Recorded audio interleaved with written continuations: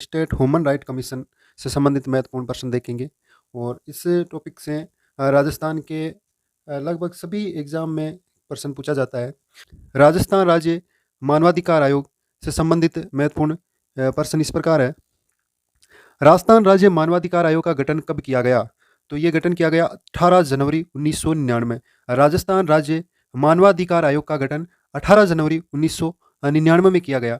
तो ये प्रश्न पूछा जाता है एग्जाम में कि राजस्थान राज्य मानवाधिकार आयोग का गठन कब किया गया? तो ये गठन किया गया था 18 जनवरी 1999 को। आयोग ने मार्च 2000 से विधिवत रूप से कार्य करना प्रारंभ किया। तो आयोग का गठन तो 18 जनवरी 1999 को हुआ, लेकिन आयोग ने मार्च 2000 से विधिवत रूप से कार्य करना प्रारंभ किया। आयोग का गठन मानव अधिकार संरक्षण अधिनियम 1993 की धारा 21(1) के तहत किया गया है। तो ये पूछ सकता है कि राजस्थान राज्य मानवाधिकार आयोग का गठन किस अधिनियम के तहत किया गया? तो मानव अधिकार संरक्षण अधिनियम 1993 की धारा 21 के तहत किया गया है। राजस्थान राज्य मानवाधिकार आयोग का मुख्यालय कहाँ है? तो ये पूछा जाएगा कि मुख्यालय कहाँ है? तो मुख्यालय है सचिवालय जयपुर में। जो सचिवालय बनाया गया है, जहाँ पे विभिन्न विभागों के सचिव बैठते हैं, ऑफिस बनाए गए हैं, वहाँ पे ही इसका राजस्थान राज्य मानवाधिकार आयोग का मुख्यालय है सचिवालय जयपुर में। ये प्रश्न पूछ सकते हैं कि राजस्थान राज्य मानवाधिकार आयोग का सचिवालय कहाँ है? तो ये है जयपुर में। राज्य मानवाधिकार आयोग के प्रथम अध्यक्ष कौन बने थे? तो प्रथम अध्यक्ष बने थे कांता कुमारी भटनागर। ये मोस्ट इंपोर्टेंट पर्सन है, वेरी मोस्ट। राज्य मानवाधिकार आयोग के प्रथम अध्यक्ष कौन बने थे? कांता कुमारी भटनागर ने मार्च 23 मार्च 2000 को इन्होंने अपना पद ग्रहण किया। 23 मार्च 2000 को कांता कुमारी भटनागर ने राज्य मानवाधिकार आयोग के प्रथम अध्यक्ष के रूप में पद ग्रहण किया। राज्य मानवाधिकार आयोग में एक अध्यक्ष व 2 सदस्य होते हैं। एक अध्यक्ष व 2 सदस्य होते हैं। किसमें? राज्य मानवाधिकार आयोग में एक अध्यक्ष और 2 सदस्य, टोटल 3 मेंबर होते हैं राज्य मानवाधिकार आयोग में। प्रश्न पूछा जाएगा राज्य मानवाधिकार में कुल कितने सदस्य होते हैं? तो कुल कितने सदस्य होते हैं? 3। एक अध्यक्ष और 2 सदस्य, तो टोटल 3 सदस्य होते हैं। राज्य मानवाधिकार आयोग 3 मेंबर से मिलकर बना है। ये एक अध्यक्ष होता है और 2 सदस्य होते हैं। आयोग का अध्यक्ष उच्च न्यायालय का सेवानिवृत्त मुख्य न्यायाधीश होता है। सदस्य मानव अधिकारों से संबंधित मामलों का ज्ञान रखते हो, उनमें व्यवहारिक अनुभव हो इत्यादि शर्तें होना आवश्यक है। मतलब राज्य मानवाधिकार आयोग का अध्यक्ष होने के लिए शर्त यह है कि उच्च न्यायालय का सेवानिवृत्त न्यायाधीश होना चाहिए, और उसके सदस्यों के लिए शर्त है कि उसको मानव अधिकारों से संबंधित मामलों का ज्ञान रखते हो और व्यवहारिक अनुभव हो। और मोस्ट इम्पोर्टेंट यह है कि राज्य मानवाधिकार आयोग के सदस्यों का कार्यकाल कितना होता है? तो कार्यकाल होता है 3 वर्ष अथवा 70 वर्ष की आयु। मतलब 3 वर्ष का इनका कार्यकाल होता है, 70 वर्ष की आयु तक रह सकते हैं अपने पद पर। 70 वर्ष की आयु होते ही इन्हें अपने पद से त्यागपत्र देना पड़ता है। तो इनका कार्यकाल कितना होता है? 3 वर्ष और 70 वर्ष की आयु तक। ये याद रखना है, ये एग्जाम में पूछा जाता है कि राज्य मानवाधिकार आयोग के सदस्यों का कार्यकाल या अध्यक्ष का कार्यकाल कितना होता है? तो अध्यक्ष का कार्यकाल या सदस्यों का कार्यकाल 3 वर्ष अथवा 70 वर्ष की आयु तक होता है। अध्यक्ष व सदस्यों की नियुक्ति राज्यपाल द्वारा की जाती है। अध्यक्ष व सदस्यों की नियुक्ति कौन करता है? राज्यपाल। तो प्रश्न बनेगा राज्य मानवाधिकार आयोग के सदस्य की नियुक्ति या अध्यक्ष की नियुक्ति कौन करता है? निम्न में से राज्य मानवाधिकार आयोग के अध्यक्ष की नियुक्ति कौन करता है? राष्ट्रपति, राज्यपाल, प्रधानमंत्री, मुख्यमंत्री। तो इसमें से आंसर क्या होगा? राज्यपाल नियुक्ति करता है राज्य मानवाधिकार आयोग के सदस्यों व अध्यक्ष की। ये नियुक्ति मुख्यमंत्री के नेतृत्व वाली एक समिति की सिफारिश पर की जाती है। राज्यपाल द्वारा मानवाधिकार आयोग के सदस्य व अध्यक्ष की नियुक्ति मुख्यमंत्री के नेतृत्व वाली एक समिति की सिफारिश पर की जाती है। ये इस समिति के अध्यक्ष मुख्यमंत्री होते हैं और सदस्य होते हैं विधानसभा अध्यक्ष, राज्य का गृह मंत्री और विधानसभा विपक्ष का नेता। ये जो समिति होती है जो राज्यपाल को सिफारिश करती है राज्य मानवाधिकार आयोग के सदस्य व अध्यक्ष के लिए किसे मतलब नॉमिनेट किया गया, किसे बनाया जाएगा, तो ये समिति के अध्यक्ष होते हैं मुख्यमंत्री और सदस्य होते हैं विधानसभा अध्यक्ष, राज्य का गृह मंत्री और विधानसभा विपक्ष का नेता। इस समिति की सिफारिश पर राज्यपाल द्वारा अध्यक्ष व सदस्य की नियुक्ति की जाती है। अध्यक्ष व सदस्य को उसके पद से कदाचार सिद्ध होने पर राष्ट्रपति के आदेश से ही हटाया जा सकता है। अध्यक्ष व सदस्य को उनके पद से कब हटाया जा सकता है? जब उनके खिलाफ कदाचार सिद्ध हो जाए, अपने पद पर मतलब भ्रष्टाचार सिद्ध हो जाए, या दुर्व्यवहार या कार्य करने में असमर्थ हो, ऐसी स्थिति में राष्ट्रपति के आदेश से उन्हें पद से हटाया जा सकता है। कैसी स्थिति? कदाचार, दुर्व्यवहार या असमर्थ, कार्य करने में असमर्थ पाए जाने पर राष्ट्रपति द्वारा उन्हें पद से हटाया जा सकता है। इससे की जांच उच्चतम न्यायालय द्वारा जांच की जाती है और जांच रिपोर्ट राष्ट्रपति के पास भेजी जाती है। आयोग, राजस्थान राज्य मानवाधिकार आयोग की त्रैमासिक पत्रिका का नाम है मानवाधिकार संदेश। ये एक त्रैमासिक पत्रिका है और इसका नाम है मानवाधिकार संदेश। ये भी पूछ सकते हैं एग्जाम में। आयोग के वर्तमान अध्यक्ष है गोपाल कृष्ण व्यास जी के व्यास। आयोग के वर्तमान अध्यक्ष है गोपाल कृष्ण व्यास जी के व्यास। आयोग के प्रमुख कार्य है, आयोग का कार्य मुख्यतः सलाहकार का होता है। आयोग का कार्य सलाहकारी के रूप में होता है। ये प्रश्न पूछ सकते हैं ऑब्जेक्टिव टाइप में कि राज्य मानवाधिकार आयोग का निम्न में से क्या कार्य है, तो ये सलाहकारी के रूप में भूमिका निभाता है। आयोग मानवाधिकार उल्लंघन के दोषी को दंड देने का अधिकार नहीं रखता। मतलब ये आयोग किसी को दोषी सिद्ध करने के बाद उसे दंड देने का अधिकार नहीं रखता, न ही पीड़ित को आर्थिक सहायता प्रदान कर सकता है। ये 3 बातें याद रखने लायक है। राज्य मानवाधिकार आयोग का मुख्य कार्य है सलाहकारी की भूमिका निभाता है, उल्लंघन के दोषी को दंड देने का अधिकार नहीं रखता, न ही किसी की आर्थिक सहायता प्रदान कर सकता है। आयोग की सिफारिश से सरकार पर बाध्य नहीं है। आयोग किसी मुद्दे पर सरकार को सिफारिश कर सकता है, उन्हें उनकी मतलब राय रख सकता है, लेकिन वह राय या सिफारिश सरकार पर बाध्य नहीं है, सरकार उसे माने ये जरूरी नहीं है। आयोग 1 वर्ष से अधिक पुराने मामले की जांच नहीं कर सकता। आयोग, राज्य मानवाधिकार आयोग 1 वर्ष तक के मामले की जांच कर सकता है, 1 वर्ष से अधिक पुराने मामले की जांच नहीं कर सकता। मानवाधिकार आयोग के मुख्य कार्य है मानवाधिकार के उल्लंघन की जांच करना, न्यायालय में लंबित मानवाधिकार से संबंधित कार्रवाई में हस्तक्षेप करना। कोई मामला न्यायालय में मानवाधिकार से संबंधित लंबित है तो उसमें हस्तक्षेप कर सकता है राज्य मानवाधिकार आयोग। और जेलों की स्थिति का अध्ययन करना, जेलों में कैदियों की क्या स्थिति है, उन्हें किस प्रकार रखा जाता है, अगर उन पर कोई अमानवीय अत्याचार होता है तो आयोग उनसे संबंधित मामले को उठा सकता है, अपना पक्ष रख सकता है, न्यायालय में बात रख सकता है। मानव अधिकार से संबंधित अंतर्राष्ट्रीय संधियों एवं कानूनों को लागू करवाना, तो ये मुख्य कार्य है मानवाधिकार आयोग से। तो एक बार फिर से रिवीजन कर लेते हैं। राजस्थान राज्य मानवाधिकार का गठन 18 जनवरी 1999 में किया गया। आयोग ने मार्च 2000 में विधिवत रूप से कार्य करना प्रारंभ किया। आयोग का गठन मानव अधिकार संरक्षण अधिनियम 1993 की धारा 21(1) के तहत किया गया। मानव अधिकार आयोग का, राजस्थान राज्य मानवाधिकार आयोग का मुख्यालय सचिवालय जयपुर में है। राज्य मानवाधिकार आयोग के प्रथम अध्यक्ष कांता कुमारी भटनागर बने थे। 23 मार्च 2000 को इन्होंने अपने पद पर कार्य ग्रहण किया था। राज्य मानवाधिकार में कुल 3 सदस्य होते हैं, 1 अध्यक्ष और 2 सदस्य।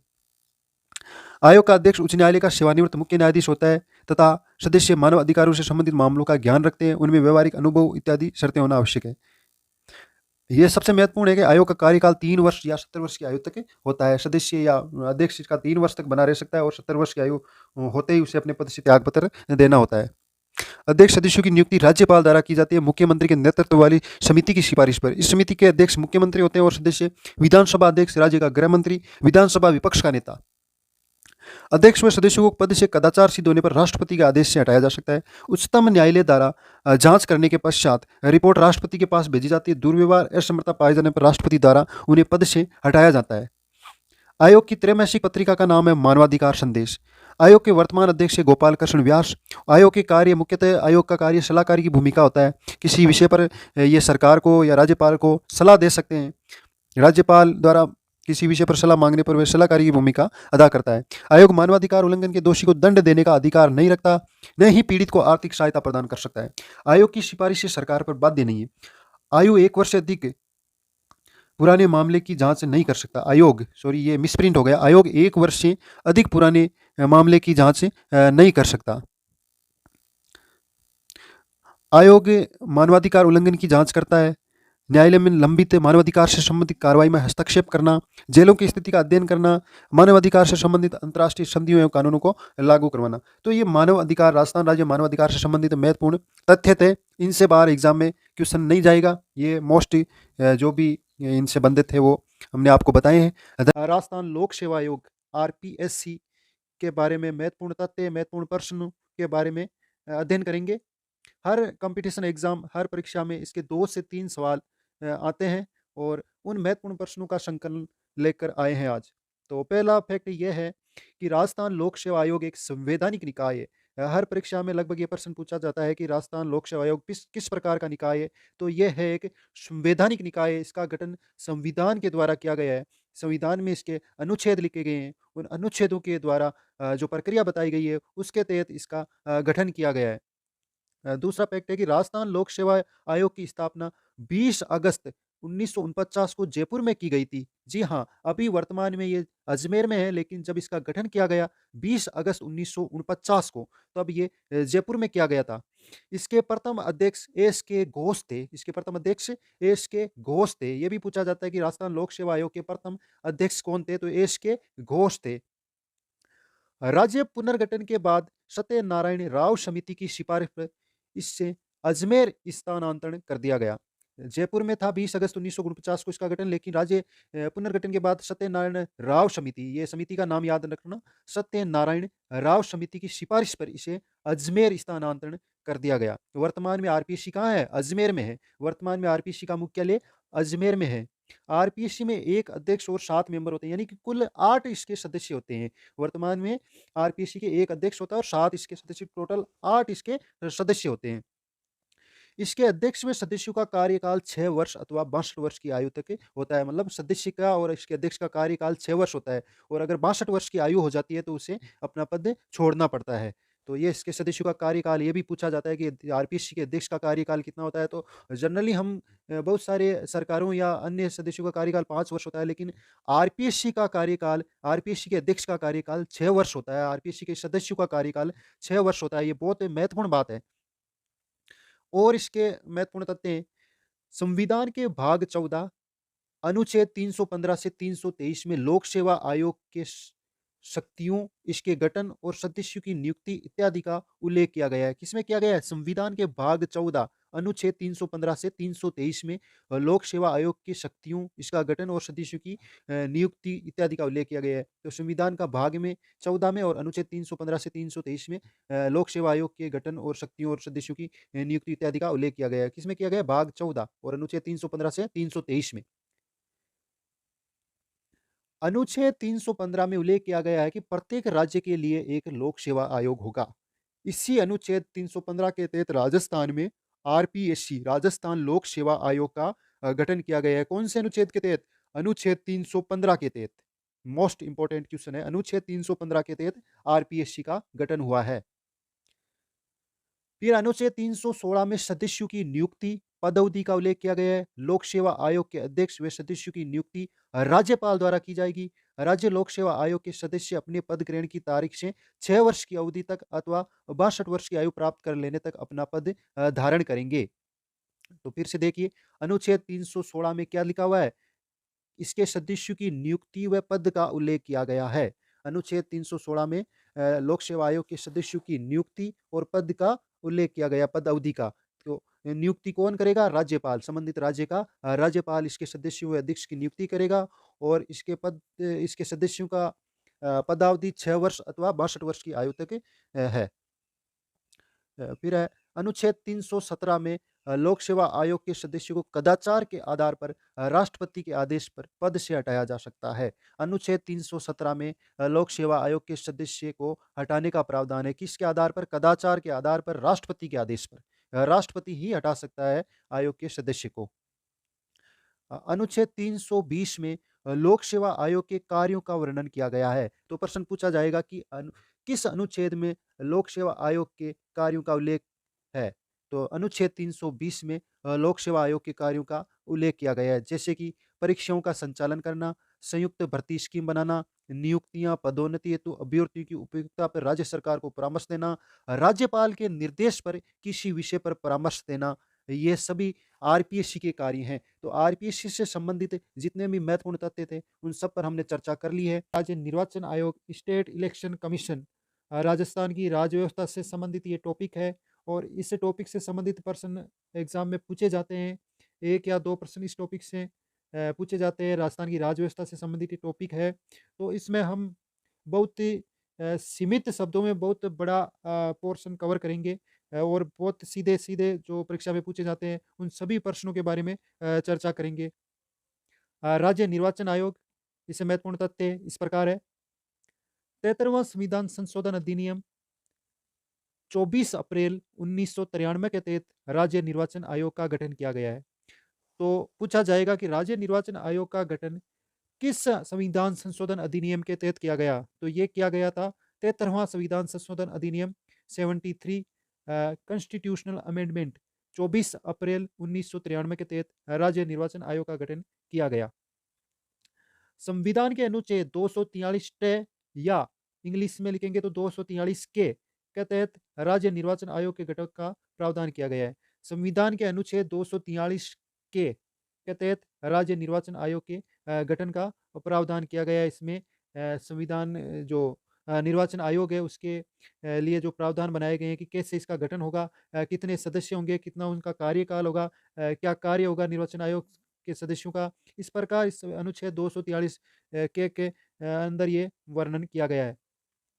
इसमें एक राज्य निर्वाचन आयुक्त होगा। राज्य निर्वाचन आयोग में एक राज्य निर्वाचन आयुक्त होगा। राज्य निर्वाचन आयुक्त की नियुक्ति राज्यपाल द्वारा की जाएगी। राज्य निर्वाचन आयुक्त की नियुक्ति कौन करेगा? राज्यपाल।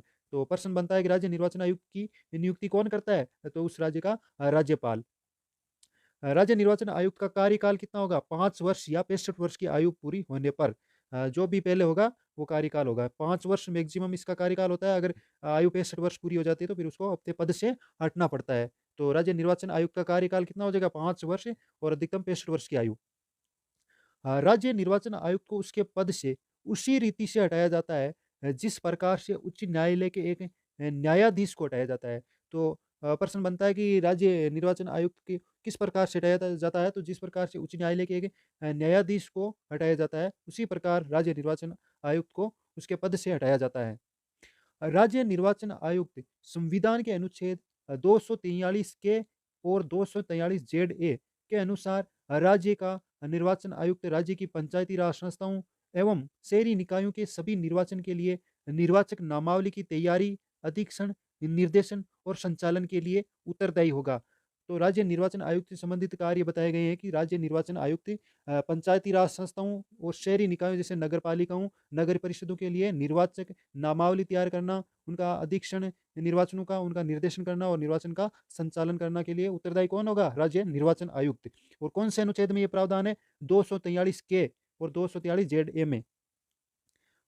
प्रथम निर्वाचन आयुक्त कौन थे? श्री अमर सिंह राठौड़। ये अच्छा प्रश्न है, एग्जाम में पूछा जाता है। प्रथम निर्वाचन आयुक्त कौन थे? श्री अमर सिंह राठौड़। प्रतिवर्ष 25 जनवरी को राष्ट्रीय मतदाता दिवस मनाया जाता है। ये एक एक्स्ट्रा एडिशन मान लो। और कभी कभी पूछ सकते हैं कि राष्ट्रीय मतदाता दिवस कब मनाया जाता है? 25 जनवरी को। अनुच्छेद 243 के तहत पंचायतों के लिए किए जाने वाले सभी निर्वाचन के लिए निर्वाचक नामावली तैयार करना, उन सभी निर्वाचन के संचालन का अधीक्षण, निर्देशन, नियंत्रण करना राज्य निर्वाचन आयोग का कार्य होगा। तो अनुच्छेद 243 के तहत क्या है? पंचायतों के लिए जैसे ग्राम पंचायतों का निर्वाचक नामावली तैयार करना, उन सभी निर्वाचनों का संचालन करना, नियंत्रण करना राज्य निर्वाचन आयोग का कार्य होगा। इसी प्रकार अनुच्छेद 243 जेड ए के तहत नगर पालिकाओं, नगर परिषदों, नगर निगमों के लिए कराए जाने वाले निर्वाचन के लिए निर्वाचक नामावली तैयार करना, उन सभी निर्वाचक का संचालन, अधीक्षण, निर्देशन, नियंत्रण राज्य निर्वाचन आयोग का प्रमुख कार्य होगा। तो ये सभी महत्वपूर्ण बिंदु हमने राज्य निर्वाचन आयोग से संबंधित लिए हैं। तो मैं राजस्थान राज्य सूचना आयोग, सूचना आयोग वैधानिक या सांविधिक और स्वायत्त शासी निकाय है। मतलब क्या हुआ कि सूचना आयोग एक वैधानिक है, विधि के द्वारा स्थापित है। सांविधिक मतलब विधि के द्वारा स्थापित एक निकाय है। ये स्वायत्त शासी निकाय है, अपनी इच्छा से ये कार्य करता है। और ये संवैधानिक निकाय नहीं है। ये बात याद रखने लायक है कि ये संवैधानिक नहीं है, ये वैधानिक है, विधि द्वारा स्थापित निकाय है, न कि संविधान के अनुच्छेदों के द्वारा स्थापित किया हुआ ये निकाय नहीं है। ये वैधानिक निकाय सरकार ने गजट में ऐसे विधि द्वारा प्रकाशित करके इसका निकाय का गठन किया है। तो ये एक वैधानिक निकाय है, सांविधिक निकाय है, स्वायत्त शासी निकाय है। नेक्स्ट है 13 अप्रैल 2006 को राजस्थान सूचना आयोग का गठन किया गया। राजस्थान सूचना आयोग का गठन कब किया गया? 13 अप्रैल 2006 को विधिवत रूप से राजस्थान सूचना आयोग का गठन किया गया है। ये याद रखने लायक है। 13 अप्रैल 2006 को राजस्थान सूचना आयोग का गठन किया गया है। प्रथम मुख्य सूचना आयुक्त श्री MD कोरानी ने 18 अप्रैल 2006 को पद ग्रहण किया। प्रथम मुख्य सूचना आयुक्त श्री MD कोरानी ने प्रथम मुख्य सूचना आयुक्त कौन बने? श्री MD कोरानी, जिन्होंने 18 अप्रैल 2006 को पद ग्रहण किया है। प्रथम मुख्य सूचना आयुक्त, राजस्थान के प्रथम मुख्य सूचना आयुक्त कौन बने? श्री MD कोरानी। तो ये याद रखना आपको, कौन बने थे? श्री MD कोरानी। राज्य में पहली बार सूचना का अधिकार कानून सन 2000 में लागू हुआ था। पूरे भारत में सबसे पहले सूचना का अधिकार कानून कौन से राज्य में लागू हुआ था? राजस्थान में। और ये कब लागू हुआ था? सन 2000 में। 2005 में बने सूचना का अधिकार अधिनियम राजस्थान में 13 अक्टूबर 2005 को गजट में प्रकाशित कर इसे प्रभावी बनाया था सरकार ने। पूरे देश में सूचना का अधिकार अधिनियम 2005 में लागू हुआ था और राजस्थान में इसे प्रभावी 13 अक्टूबर 2005 को गजट में प्रकाशित करके इसे प्रभावी बनाया गया था।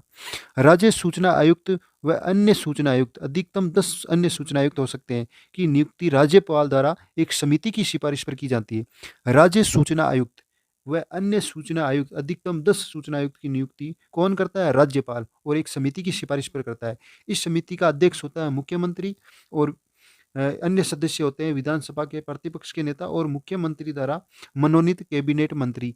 ये सब मिलकर एक व्यक्ति या जिसको सूचना आयुक्त, मुख्य सूचना आयुक्त नियुक्त करना है, वह सिफारिश राज्यपाल के सामने करते हैं। तो राज्यपाल उस व्यक्ति को मुख्य सूचना आयुक्त या अन्य सूचना आयुक्त का पद ग्रहण करवाता है या मुख्य सूचना आयुक्त बनाता है। इस समिति की सिफारिश पर राज्यपाल मुख्य सूचना आयुक्त नियुक्त करता है। मुख्य सूचना आयुक्त या सूचना आयुक्त के पद की अवधि 5 वर्ष या 65 वर्ष की आयु, जो भी पहले हो, तक होती है। यानी कि क्या बात है? सूचना आयुक्त की पद अवधि, मुख्य सूचना आयुक्त की पद अवधि कितने वर्ष होती है? 5 वर्ष, और अधिकतम 65 वर्ष की आयु तक अपने पद पर बने रह सकते हैं। पद की शपथ राज्यपाल द्वारा दिलाई जाती है। सूचना आयोग अपना त्यागपत्र हस्ताक्षर सहित लेख द्वारा राज्यपाल को देते हैं। कदाचार या असमर्थता के आधार पर सर्वोच्च न्यायालय के निर्देश पर राज्यपाल द्वारा सूचना आयुक्त को पद से हटाया जा सकता है। इसमें 3 क्वेश्चन बनते हैं कि सूचना आयुक्त या मुख्य सूचना आयुक्त को शपथ कौन दिलाता है? राज्यपाल। और मुख्य सूचना आयुक्त अपना त्यागपत्र किसे देते हैं? राज्यपाल को। और इन्हें हटाने की शक्ति किसे है? राज्यपाल को। किस आधार पे? कदाचार या असमर्थता के आधार पर सर्वोच्च न्यायालय के निर्देश पर राज्यपाल इन्हें पद से हटा सकता है। सूचना का अधिकार अधिनियम की धारा 18, 19, 20 में सूचना आयोग की शक्तियां और कार्यों का वर्णन किया गया है। इनमें मुख्य शक्तियां हैं स्वप्रेरण की शक्तियां, यानी किसी ठोस आधार वाले मामले की जांच का आदेश देना। सूचना आयोग को ये शक्ति प्राप्त है कि किसी ठोस आधार वाले मामले की ये जांच के आदेश दे सकते हैं। दीवानी न्यायालय की शक्तियां प्राप्त है, किसी व्यक्ति को प्रस्तुत होने और समन जारी करने का अधिकार है सूचना आयोग को। साक्ष्य प्रस्तुत करने का आदेश और दस्तावेज मांगना और उनकी जांच करना इत्यादि शक्तियां सूचना आयोग को प्राप्त है। दीवानी न्यायालय की शक्तियां प्राप्त है इन्हें। किसी न्यायालय या कार्यालय से सार्वजनिक दस्तावेज को मंगाना इत्यादि ये राज्य सूचना आयोग की शक्तियां हैं। सूचना का अधिकार अधिनियम में समयबद्धता का प्रावधान किया गया है। मतलब लोक सूचना अधिकारी को 30 दिन का समय सूचना उपलब्ध कराने हेतु निर्देश दिया गया है। अर्थात किसी लोक सूचना अधिकारी को किसी व्यक्ति द्वारा चाहिए गई सूचना अधिकतम 30 दिन में उपलब्ध करवाना ही होगा, वरना 30 दिन से ज़्यादा देने पर समय लगाने पर वह व्यक्ति से फीस नहीं ले सकता। सूचना प्राप्त करने के एवज में जो फीस ली जाती है वह नहीं ले सकता। तो लोक सूचना अधिकारी को अधिकतम 30 दिन का समय दिया गया है सूचना उपलब्ध कराने। तो 30 दिन के अंदर अंदर व्यक्ति को चाहिए गई सूचना उपलब्ध करवानी होगी। फिर महत्वपूर्ण ऑब्जेक्टिव देखते हैं। निम्न में से राज्य सूचना आयोग का प्रथम अध्यक्ष कौन बना? तो इन 4 ऑप्शन में श्री टी निवासन, सुरेश कुमार चौधरी, चंद्रमोहन मीणा और MD कोरानी। तो हमने पढ़ा है कि राज्य सूचना आयोग का प्रथम अध्यक्ष MD कोरानी। तो ऑप्शन नंबर 4 इसका राइट आंसर होगा। ऑप्शन नंबर 4 MD कोरानी राज्य सूचना आयोग के प्रथम अध्यक्ष बने। दूसरा क्वेश्चन है, राज्य के मुख्य सूचना आयोग का कार्यकाल कितने वर्ष होता है? राज्य के मुख्य सूचना आयुक्त का कार्यकाल कितने वर्ष होता है? तो हमने पढ़ा है कार्यकाल कितना होता है? 5 वर्ष। अधिकतम 5 वर्ष अपने पद पर वह रह सकते हैं और अधिकतम 65 वर्ष की आयु तक अपने पद पर रह सकते हैं। नेक्स्ट क्वेश्चन है, लोक सूचना अधिकारी को अधिकतम कितने दिन में सूचना उपलब्ध करवाने हेतु समयबद्ध किया गया है? तो अभी पढ़ा है हमने अधिकतम 30 दिन, ऑप्शन नंबर 6, अधिकतम 30 दिन में लोक सूचना अधिकारी को सूचना उपलब्ध कराने हेतु समयबद्ध किया गया है। तो ये एक बार रिवीजन कर लेते हैं। राजस्थान राज्य सूचना आयोग ये एक वैधानिक सांविधिक स्वायत्त शासी निकाय है, ये वैधानिक निकाय है ये और स्वायत्त शासी निकाय है। 13 अप्रैल 2006 को राजस्थान सूचना आयोग का गठन किया गया है और प्रथम अध्यक्ष कौन बने? एम डी कोरानी, 18 अप्रैल 2006 को पद ग्रहण किया। और राज्य सूचना आयोग का कार्यालय कहाँ है? जयपुर में। राजस्थान में पहली बार सूचना का अधिकार कानून सन 2000 में लागू हुआ था।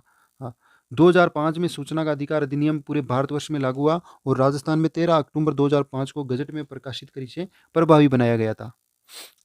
राज्य सूचना आयुक्त, अन्य सूचना आयुक्त, अधिकतम 10 अन्य सूचना आयुक्त की नियुक्ति राज्यपाल द्वारा एक समिति की सिफारिश पर की जाती है। इस समिति के अध्यक्ष कौन होते हैं? मुख्यमंत्री। और समिति के अन्य सदस्य विधानसभा के प्रतिपक्ष के नेता और मुख्यमंत्री द्वारा मनोनीत कैबिनेट मंत्री होते हैं। सूचना आयुक्त की पद अवधि 5 वर्ष या अधिकतम 65 वर्ष की आयु जो भी पहले हो तक होती है। इन्हें पद की शपथ राज्यपाल द्वारा दिलाई जाती है और अपना त्यागपत्र ही राज्यपाल को देते हैं। कदाचार या असमर्थता के आधार पर राज्यपाल इन्हें सर्वोच्च न्यायालय के निर्देश पर पद से हटा भी सकता है। तो ऑब्जेक्टिव प्रश्न भी देख लेते हैं। निम्न में से राज्य सूचना आयोग का प्रथम अध्यक्ष कौन बना? तो एम डी कोरानी बने थे। राज्य मुख्य सूचना आयोग का कार्यकाल कितने वर्ष होता है? 5 वर्ष। और लोक सूचना अधिकारी को अधिकतम कितने दिन में सूचना उपलब्ध करवाने हेतु समयबद्ध किया गया है? 30 दिन में। तो ये महत्वपूर्ण राज्य लोक सूचना आयोग से संबंधित प्रश्न थे। लोकायुक्त, लोकायुक्त से संबंधित जो महत्वपूर्ण तथ्य है वो इस प्रकार है। राजस्थान लोकायुक्त और उप लोकायुक्त अधिनियम 1973। राजस्थान में लोकायुक्त नियुक्त करने के लिए राजस्थान सरकार ने एक अधिनियम पारित किया। उस अधिनियम का नाम है राजस्थान लोकायुक्त और उप लोकायुक्त अधिनियम 1973। ये 1973 याद रखना है। अब याद रखना आपको कि ये अधिनियम कब से प्रभावी हुआ, किस डेट से ये अधिनियम प्रभावी हुआ। तो इसके लिए आपको याद रखना होगा 3 फरवरी 1973 से यह अधिनियम प्रभावित हुआ। राजस्थान लोकायुक्त और उप लोकायुक्त अधिनियम 3 फरवरी 1973 से ये प्रभावी हुआ। 3 फरवरी 1973 से। ये डेट आपको याद रखनी है अच्छी तरह से, 3 फरवरी 1973। लोकायुक्त और उप लोकायुक्त की नियुक्ति राज्य के राज्यपाल द्वारा की जाती है। प्रश्न पूछा जाएगा कि लोकायुक्त की नियुक्ति कौन करता है? मुख्यमंत्री करता है, राष्ट्रपति करता है, राज्यपाल करता है या उच्चतम न्यायालय करता है? तो इसका आंसर होगा राज्यपाल। लोकायुक्त और उप लोकायुक्त की नियुक्ति राज्य के राज्यपाल द्वारा की जाती है, राज्य के राज्यपाल द्वारा। ये महत्वपूर्ण हो गया। राज्य के राज्यपाल द्वारा लोकायुक्त और उप लोकायुक्त की नियुक्ति की जाती है। नियुक्ति के समय राज्यपाल द्वारा उच्च न्यायालय के मुख्य न्यायाधीश एवं विधानसभा में विपक्ष के नेता से परामर्श लेना अनिवार्य है। राज्यपाल द्वारा लोकायुक्त की नियुक्ति करते समय उच्च न्यायालय के मुख्य न्यायाधीश और विधानसभा में विपक्ष के नेता से परामर्श लेने के बाद राज्यपाल लोकायुक्त की नियुक्ति करता है। सबसे महत्वपूर्ण बात यह है कि लोकायुक्त का कार्यकाल कितना होता है। ये एग्जाम में पूछा जाता है प्रश्न कि निम्न में से लोकायुक्त का कार्यकाल है 5 वर्ष, 6 वर्ष, 4 वर्ष या 3 वर्ष। तो आपका आंसर होगा 5 वर्ष। लोकायुक्त का कार्यकाल कितना होता है? 5 वर्ष या अधिकतम 65 वर्ष की आयु। 5 वर्ष या अधिकतम 65 वर्ष की आयु तक अपने पद पर रह सकता है लोकायुक्त। वह दोबारा नियुक्ति का पात्र नहीं है। लोकायुक्त की अपने पद पर रहने के बाद उसे दोबारा नियुक्त नहीं किया जा सकता किसी भी पद पर। लोकायुक्त को उसके दुर्व्यवहार या अक्षमता के आधार पर राज्यपाल द्वारा पद से हटाया जा सकता है। लोकायुक्त को उसके दुर्व्यवहार अथवा अक्षमता, कार्य करने की क्षमता नहीं है, के आधार पर राज्यपाल द्वारा पद से हटाया जा सकता है। राजस्थान के प्रथम लोकायुक्त कौन बने थे? आई डी दुआ, न्यायाधीश आई डी दुआ। ये मिसप्रिंट हो गया, सी नहीं है यहाँ पे। सेवानिवृत्त न्यायाधीश आई डी दुआ। राजस्थान के प्रथम लोकायुक्त सेवानिवृत्त आई डी दुआ, जो उच्चतम न्यायालय के सेवानिवृत्त न्यायाधीश थे आई डी दुआ, उनको राजस्थान का प्रथम लोकायुक्त बनाया गया था 1973 में।